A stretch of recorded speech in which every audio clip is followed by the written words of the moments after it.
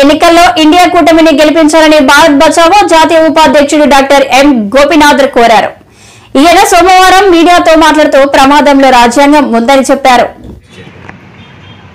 నిన్న world knowledge day అని ఏదైతే యుఎన్ఓ డిక్లేర్ చేసిందో బాబాసాహెబ్ అంబేద్కర్ యొక్క బర్త్డే కొరకు నేను ఇక్కడికి వచ్చాను. గెస్ట్లో వచ్చాను. అయితే కొద్ది రోజుల్లోనే ఆంధ్రప్రదేశ్లో ఎలక్షన్స్ జరగబోతున్నాయి కాబట్టి ఆ సందర్భంగా భారత బచావో యొక్క స్టాండ్ ఏమిటి ఈ ఎన్నికల్లో అనేది చెప్పడానికి మిమ్మల్ని ఇన్వైట్ చేయడం జరిగింది. మీ ద్వారా ప్రజలకు నేను విజ్ఞప్తి చేద్దామని చెప్పేసి నేను భారత బచావో స్టాండ్ మొట్టమొదటి నుంచి కూడా అది ప్రారంభం నుంచి కూడా నవంబర్ 1928, 2002 నుంచి కూడా మా స్లోగన్ ఒకటే, save India by saving democracy and constitution. భారతదేశాన్ని భారత బచావో అంటే భారతదేశాన్ని రక్షించుకోండి. ఏ విధంగా ప్రజాస్వామ్యాన్ని రాజ్యాంగాన్ని రక్షించుకోవడం ద్వారానే భారతదేశాన్ని రక్షించుకోగలము అని. ఎవరిని రక్షించాలి? ఈ దేశంలో ఇప్పుడు పరిపాలకుడైనటువంటి ఆర్ఎస్ఎస్, బీజేపీ, మనువాద కార్పొరేట్ ఫాసిజం నుంచి ఈ దేశాన్ని రక్షించుకోవాలి. ఎందుకు ఈ సమస్య వచ్చింది అని చూస్తే, ఈరోజు భారతదేశ వ్యాప్తంగా మీ అందరికీ తెలుసు, మణిపూర్ గురించి తెలుసు మీకు. అనేక చోట్ల ఛత్తీస్గఢ్ కానీ, మణిపూర్ కానీ, రాజస్థాన్ కానీ ఈ ప్రాంతాలలో కొద్దిగా కర్ణాటకలో కూడా జరిగింది. పోయేసి హిజాబ్ కాంట్రవర్సీ అని చెప్పేసి అసలు వీడెవడు నిర్ణయించడానికి కాన్స్టిట్యూషన్ ప్రకారం ఏ మతాన్నైనా నమ్ముకోవచ్చు, ఏ దేవుడినైనా ఆరాధించవచ్చు, స్త్రీలు వాళ్ళకి ఇష్టం వచ్చినటువంటి డ్రెస్ వేసుకోవచ్చు చెప్పేసి కాన్స్టిట్యూషన్ చెబుతాయి. ఈ కాన్స్టిట్యూషన్ ప్రకారం పెట్టి 2000 సంవత్సరాల క్రితం ఉన్నటువంటి మనుస్మృతిని, అంటే కేవలం 3 వర్ణాలే చదవాలి, శూద్రులు, ఆది శూద్రులు చదవకూడదు అనేటువంటిది, ఆడవాళ్ళు అసలే చదవకూడదు, దళితులు అక్షరం నేర్చుకోకూడదు అనేటువంటి ఒక దుర్మార్గమైనటువంటి శాస్త్రం ఏదైతే ఉందో, ఆ ధర్మశాస్త్రం ఏదైతే ఉందో మనుస్మృతిని తీసుకురావడానికి ప్రయత్నిస్తున్నారు. దీన్ని అడ్డుకోవడానికి భారత బచావో ఐఎన్డిఏ కూటమిని టెంపరీగానైనా సరే ఈ దుర్మార్గుల నుంచి దేశాన్ని రక్షించుకోవడానికి, ఈ ఫ్యాసిస్ట్ ఫోర్సెస్ నుంచి దేశ ప్రజలకు కొద్దిగైనా రిలీఫ్ దొరుకుతుందని చెప్పేసి రాజ్యాంగం ఇచ్చినటువంటి కనీసం హక్కుల్ని కాపాడుకుందామని చెప్పేసి మేము భారత ప్రజలకి విజ్ఞప్తి చేస్తున్నాం. ముఖ్యంగా ఆంధ్రప్రదేశ్లో ఒక పెక్యులర్ సిచ్యువేషన్. ఆంధ్రప్రదేశ్లో 29 ఎంపీ సీట్లలో ఈ 3 పార్టీలలో ఎవరు గెలిచినా కూడా మళ్ళా అది బీజేపీకి పోతే అనేది ఒక భయం ఉంది ప్రజలలో, మేధావులలో. రాజ్యాంగ పరిరక్షణ సమితిని కూడా ఒక కార్యక్రమాన్ని తీసుకున్నారు.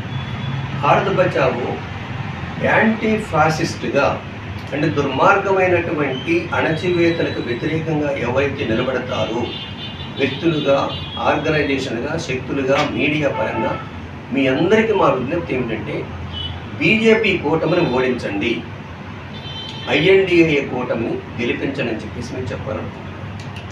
అయితే మరి చాలామంది మీ అందరికీ ఐడియా ఉండొచ్చు, ఇందిరాగాంధీ గారు ఎమర్జెన్సీ పెట్టలేదా, నియంతృత్వ పాలన చేయలేదని చెప్పేసి.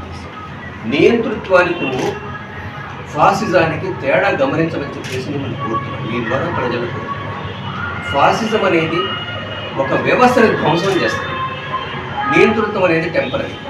ఫాసిజం అనేది భారతదేశంలో ఉన్న fascism it is a caste fascism, it is a religious fundamentalism.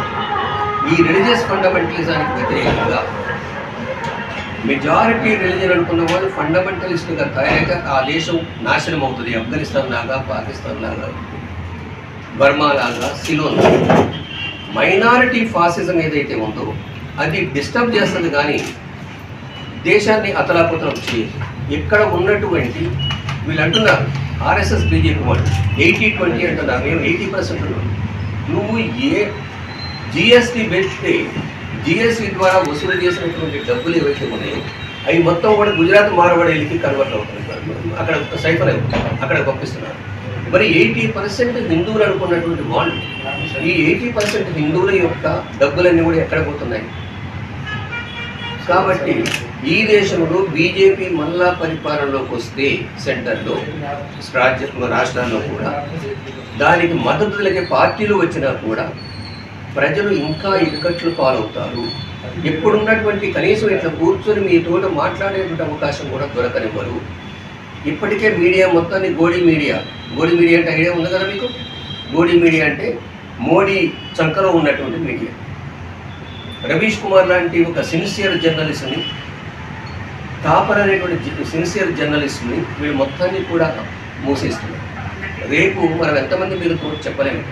కాబట్టి ప్రజలకు నేను విజ్ఞప్తి చేసేది ఏంటంటే, ఈ రాష్ట్రంలో జరగబోయే ఎన్నికలలో ఎన్డీఏ కూటమితోటి డైరెక్ట్గానో ఇండైరెక్ట్గానో అంటగాగే వాళ్ళను ఓడించండి. ఐఎన్డీఏ కూటమిని, ఇండియా కూటమిని గెలిపించండి అనేటువంటి ఒక పిలుపుని మీ ద్వారా మేము ప్రజలకు ఇస్తున్నాం. కారణం ఏమిటంటే, ఈ దేశంలో మనం అందరం కూడా మామూలుగానే ఉన్నామనుకుంటున్నాం. స్టీల్ ఫ్యాక్టరీ అమ్మడానికి ప్లాన్ చేశాం. స్టీల్ ఫ్యాక్టరీ కొరకు ఈ ఆంధ్రులు ఎంత ఉద్యమం చేశారో మీ అందరికీ తెలుసు. స్టీల్ ఫ్యాక్టరీ, ఎయిర్పోర్ట్ని అమ్ముతున్నారు, పోర్టులను అమ్ముతున్నారు, తర్వాత ఎల్ఐసిని అమ్ముతున్నారు. అసలు పబ్లిక్ సెక్టర్లో ఈ బీజేపీ గవర్నమెంట్ గత 10 సంవత్సరాలు పెట్టి వచ్చిన గవర్నమెంట్లో ఒక్క పబ్లిక్ సెక్టర్ని నిర్మించలేదు, ఏర్పాటు చేయలేదు, అమ్మడమే పని. అంతకుముందు కాంగ్రెస్ గవర్నమెంట్లో ఉన్నటువంటి ఎస్టాబ్లిష్ చేసినటువంటి మొత్తాన్ని కూడా బీజేపీ ప్రభుత్వం అమ్మటానికే పెట్టింది. ఎందుకని? ఒక మాట అన్నాడు, government is not for doing business అన్నాడు. ఎవరి బిజినెస్? ఈ గవర్నమెంట్ చేసేటువంటి ఈ